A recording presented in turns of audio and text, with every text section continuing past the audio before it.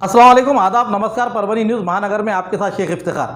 रविवार को योगेश्वरी शुगर्स का बॉयलर अग्नि प्रदीपन सम्मेलन होगा। स्वर्गीय गोपीनाथराव मुंडे इनके मार्गदर्शन पर, स्वर्गीय अशोक सेठ सामंत इनके नेतृत्व में 21 वर्ष पूर्व गोदावरी किनारे के किसान मेहनती कामगार इनका जीवन अच्छा बना रहे, इस हेतु से निर्माण किया हुआ लक्ष्मी नगर लिम्बा स्थित योगेश्वरी शुगर तहसील के दक्षिण इलाके के लिए वरदान ठहरा है। इस वर्ष के 2021-22 के 20वें लेन सीजन का बॉयलर अग्नि प्रदीपन समारोह रविवार सुबह 9:30 बजे शुभ मुहूर्त पर संपन्न होने जा रहा है। ऐसी जानकारी इस शुगर फैक्ट्री के कार्यकारी संचालक एडवोकेट रोहित आर देशमुख इन्होंने दी है। शुगर संचालकों के आदेश के तहत समय के शुरुआत होने की वजह से इस वर्ष ललिता पंचमी के शुभ अवसर पर रविवार सुबह 9:30 बजे हबप यज्ञेश्वर रंगनाथ महाराज लिंबेकर इनके शुभ हाथों से और शुगर फैक्ट्री के ज्येष्ठ संचालक माजलगांव के पूर्व विधायक आर.टी. देशमुख इनके प्रमुख हाजिरी में 20वीं गन्ना लेन हंगामा का बॉयलर अग्नि प्रदीपन समारोह संपन्न होने की जानकारी शुगर फैक्ट्री के कार्यकारी संचालक एडवोकेट रोहित आर देशमुख इन्होंने बताई। इस समय सभी संचालक प्रवर्तक मंडल, सभी विभाग के अधिकारी, कर्मचारी, कामगार हाजिर रहेंगे। इस प्रोग्राम के लिए कोविड-19 के सभी नियमों का पालन कर गन्ना उत्पादक, यातायात के ठेकेदार, तोड़ने वाले कामगार और शुभ चिंतक इन्होंने हाजिर रहने का आह्वान एडवोकेट रोहित आर देशमुख इन्होंने किया है। Subscribe now and press the bell icon. Never miss an update. Parbhani जिले में नवरात्र महोत्सव को उत्साह के साथ प्रारंभ, जगह जगहों पर विधिवत नवरात्र दुर्गा महोत्सव शुरू हो रहा है और आज से धार्मिक स्थलों को शासन ने खुला कर दिया है। आज नवरात्र के देवियां मित्र मंडल के स्थापना के लिए मूर्तियां बाजार में खरीदते हुए मंडल के पदाधिकारी दिखाई दे रहे हैं, तो शासन के पाबंदी आदेश के कारण बाजार में ज्यादा मूर्ति विक्रेता नहीं दिखाई दिए। दरमियान ये महोत्सव 9 दिन मनाया जाता है। इस समय शहर के अष्टभुजा देवी दर्शन के लिए भाविक भक्तों की बड़ी गर्दी दिखाई दी। परभणी शहर एवं जिले में SP Jayant Meena, additional SP Sudarshan Mumakka, सहायक एसपी अविनाश कुमार इनके नेतृत्व में परभणी शहर के गांधी पार्क चौक, शहर के चौराहों पर विशेषकर अष्टभुजा देवी इलाके में कड़ा पोलीस बंदोबस्त दिखाई दिया। 2 वर्षांना लॉकडाऊन लागलेलं आहे, आमचा धंदा चालणार काय नाही। या वर्षी कसं तरी आमचा धंदा चालला, देवीचा पोट पाण्यात पुस्तक लागला आमचं यावर्षी काय करणार। दरवर्षी पडता यावर्षी जरा कसं तरी देवा ऐकायला आमचा धंदा चालायला कसं तरी दोन निघाली आमची यावर्षी। रिटायर फौजी के पत्नी का बच्चियों के साथ बेमुद्दत अनशन जारी। रिटायर फौजी के पत्नी ने अपने मां और बच्चियों के साथ परभणी जिला कलेक्टर ऑफिस के सामने तारीख 7 अक्टूबर 2021 बुधवार के रोज से अमरण अनशन जारी किया है। अनशन की नौबत क्यों आन पड़ी है, इसकी वजह उन्होंने बताई है कि उनका पति माधव फड़ ये रिटायर फौजी थे, उनका कोरोना के बीमारी से मौत हुई है। पति के State Bank of India Ahmedpur शाखा में खाते में 9.5 लाख रुपए जमा रकम थी। इस रकम बैंक व्यवस्थापक देने के लिए टालता रहा, इसलिए इस बैंक व्यवस्थापक के खिलाफ जिला पुलिस प्रशासन ने कार्रवाई करे, ऐसी जानकारी अनशनकर्ता कविता माधव फड़ ने देते हुए क्या कहा, आइए जानते हैं। माझे पती करोनाने गेलेत सर, आणि माझा न्याय व्हावा, माझ्या लेकराचा हक्क मिळावा आणि माझ्या ज्या पतीची रक्कम काढून घेतली ती मला वापस मिळण्यात यावी आणि माझ्या जे लेकराला खायला व्यवस्था, घर, माझी शेती मला सर्व देण्यात यावी। माझे पती गेल्याच्या नंतर मला कोणी सपोर्ट द्यायला नाही, माझा सगळा हक्क देण्यात यावा, माझी पेन्शन, माझं फौजतर्फे माझे डॉक्युमेंट देण्यात यावे, माझ्या गाड्या देण्यात याव्या, माझ्या लेकराचा हक्क देण्यात यावा, माझे मुलं मी कशानं जगवायचे सगळ्याला माहीत असावं, माझं दागिने, माझे डॉक्युमेंट, माझं घर, माझी जमीन आणि माझ्या पतीचे जे डॉक्युमेंट सैनिकतर्फे आहेत ते मला मिळण्यात यावा, पेन्शन मला मिळण्यात यावी। परभणी शहर एवं जिले के सभी धार्मिक स्थलों को तारीख 7 अक्टूबर 2021 गुरुवार के रोज खोलने के आदेश जिला कलेक्टर ने देने पर परभणी शहर के दत्तधाम मंदिर एरिया में अभिषेक कर मंदिर के दरवाजे खोल दिए गए। इस समय यहाँ के पुजारी जी ने क्या कहा, आइए जानते हैं। 2 वर्ष झाली कोरोनाच्या महामारीमुळे सर्वच धार्मिक स्थळे बंद होती, परंतु महाराष्ट्र शासनाच्या नवीन नियमानुसार 7 तारखेपासून मंदिर सर्व भाविकांसाठी खुले करण्याचे जे आवाहन केले आहे, त्या आव्हानाला आम्ही प्रतिसाद देऊन आजपासून घटस्थापना झालेली आहे। घटस्थापनेची पूजा करून आपण सर्व कोरोनाच्या नियमांचे पालन करून आजपासून आपण भाविकांसाठी मंदिर हे दर्शनासाठी खुले करत आहोत। तरी सर्व भाविकांना मी कळकळीचं आवाहन करतो की कोरोनाचे सगळे नियम पाळून जास्तीत जास्त सहकार्य करा आणि दर्शन सर्व भाविकांसाठी आजपासून खुलं करत आहोत. त्याचा आम्हाला सर्व मनस्वी आनंद होतो आहे की आजपासून धार्मिक स्थळं खुली झालेली आहेत. मी महाराष्ट्र शासनाचे आभार मानतो की त्यांनी धार्मिक स्थळं चालू करण्यासाठी परवानगी दिलेली आहे. बद्दल दत्तधाम संस्थांच्या वतीने, परभणी दत्तधाम संस्थांच्या वतीने खास करून मी महाराजांच्या वतीने आणि दत्तधामच्या वतीने महाराष्ट्र शासनाचे आभार मानतो आणि भाविकांना परत एकदा आवाहन करतो की त्यांनी या ठिकाणी येताना सर्व नियमांचे काटेकोर पालन करून सहकार्य करावे ही नम्र विनंती.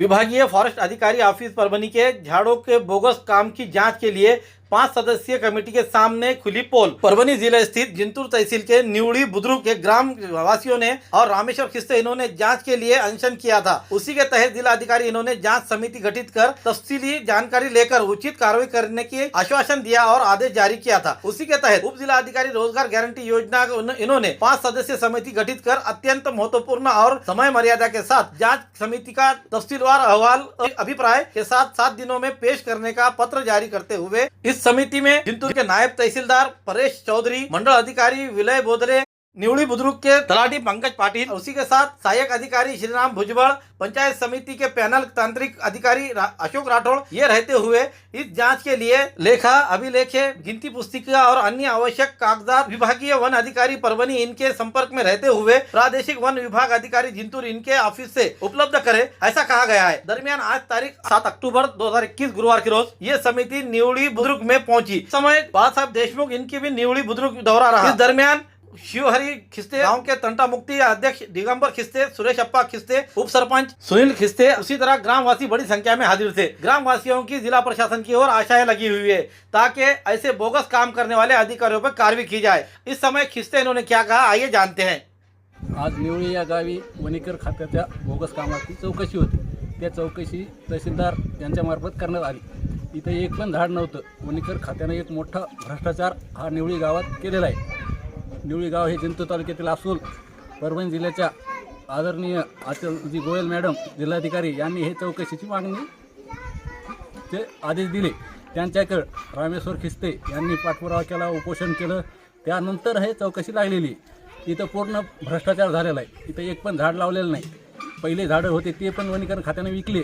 दुसरे झाडं लावायचे, ते सावली येईल, हे होईल, अमुक टमुक कारणं दिले. आणि आता इथं झाडं नाहीत तर आता हे गावकऱ्यावर घालतात. यांनी शेळ्या चारल्या, यांनी जनावरं चारले, म्हणजे ते स्वतः सुटण्यासाठी पळवाटा काढत आहेत. पण ओरिजिनलमध्ये आमच्या इथले गावकऱ्याला 3 वर्ष झालं ते झाडाची दक्षता घेते. तिथं झाड लावले नाही, तिथं पाणी टाकलं नाही, काहीच केलं नाही. त्याच्यामुळे हा 100% भ्रष्टाचार आहे. व ह्या भ्रष्टाचाराला वाचा फोडण्यासाठी जिंतूरून माजी नगराध्यक्ष प्रतापभाई देशमुख यांचे बंधू बाळासाहेब देशमुख, मी माझे सभापती शिवहरी खिस्ते, गावचे सरपंच महादेव चाने, उपसरपंच सुनील खिस्ते, गावचे सर्व मेंबर, गावकरी, नागरिक हे मोठ्या संख्येने ह्या भ्रष्टाचाराला वाचा फोडण्यासाठी रामेश्वर खिस्ते यांच्या पाठीशी उभे आहेत. यांना कुठेही दबाव येऊ नये ह्यामुळे आम्ही सामदाम दंडभेद त्यांच्या पाठीशी उभे आहेत. तरी बी त्यांच्यावर दबाव आल्यावर हे पोलीस प्रशासन आहे हे त्याची दखल घ्यावी ही आमच्या गावकऱ्याची मागणी आहे. व ह्या भ्रष्टाचाराला वाचा फोडावी. ह्याच्यात दोषी असलेल्या अधिकाऱ्यांना डबल झाडं लावावं, त्याच्याकडून पैसा वसूल करावं, डबल टेंडर करावं किंवा त्यांना सस्पेंड करावं. 2-3 वर्षाकरता नाही तर जन्माचं त्यांना घरी बसवावं. नाही तर मग त्यांच्याकडून हे वसुली करून पुन्हा हा झाडं लावण्याचा उपक्रम राबवावा. एवढी मोठी वनीकरणाची हे 33 कोटी झाडं लावा हा उपक्रम भाजप सरकारमध्ये सुधीरभाऊ मुनगंटीवार यांनी राबवला होता. त्या खात्यात लोणीकर साहेब हे मंत्री होते. त्यांच्यामार्फत मी हे आमच्या गावाचं प्रपोजल दिलं तर त्याच्यात हा पैसा मिळाला. पण हा पैसा 100% भ्रष्टाचार करून यांनी नासधूस उद्ध्वस्त केला. याची चांगली सखोल चौकशी व्हावी ही आमच्या गावकऱ्यांची मागणी आहे. आज तारीख 7 अक्टूबर 2021 गुरुवार के रोज बुद्धिस्ट सोसाइटी ऑफ इंडिया के राष्ट्रीय अध्यक्ष राजरत्न अंबेडकर परभनी आए हुए थे। इस समय डॉक्टर बाबा साहब अंबेडकर इनके पुतले को अभिवादन किया गया। इस वक्त जिला अध्यक्ष Sayas Modak, professor Shivaji Kamble, engineer Arvind Kamble, BN Ingole, Gautam Gavhankar, Rahul Tursundre, doctor Vasekar के साथ बड़ी संख्या में पदाधिकारी सदस्य हाजिर थे। संपूर्ण महाराष्ट्रामध्ये आम्ही हा दौरा करत आहोत आणि बाबासाहेबांची जी संघटना आहे भारतीय बौद्ध महासभा तिला मजबूत करण्याचं काम आम्ही करत आहोत. आताच नुकते माझे नागपूर, चंद्रपूर, गडचिरोली, भंडारा, गोंदिया या यवतमाळ याच्या बैठका घेऊन आता मी परभणी या ठिकाणी आलो. काल यवतमाळ, हिंगोली या ठिकाणी होतो. गावागावामध्ये जाऊन बाबासाहेबांची संस्था उभं करण्याचं काम करत आहोत आणि त्याचसोबत भारतामध्ये बौद्धांची एक स्वतंत्र व्यवस्था, त्यांच्या शाळा, महाविद्यालय, त्यांच्या इस्पितळं हे सगळं उभं करण्याचं काम आम्ही या देशामध्ये करत आहोत. परभनी जिला स्थित मानव तहसील के भौसा इंद्रायणी माड़ यहाँ पर 7 अक्टूबर 2021 गुरुवार के रोज पूर्व विधायक मोहन फड़ इनके हाथों इंद्रायणी माड़ पर पहले माड़ की महापूजा और घट स्थापना की गई. इस समय पूर्व विधायक मोहन फड़, गयाबाई फड़, सोम मुरकुटे, कुलदीप फड़, दत्ता जाधव, अन्ना झोड़पे के साथ अन्य मौजूद थे.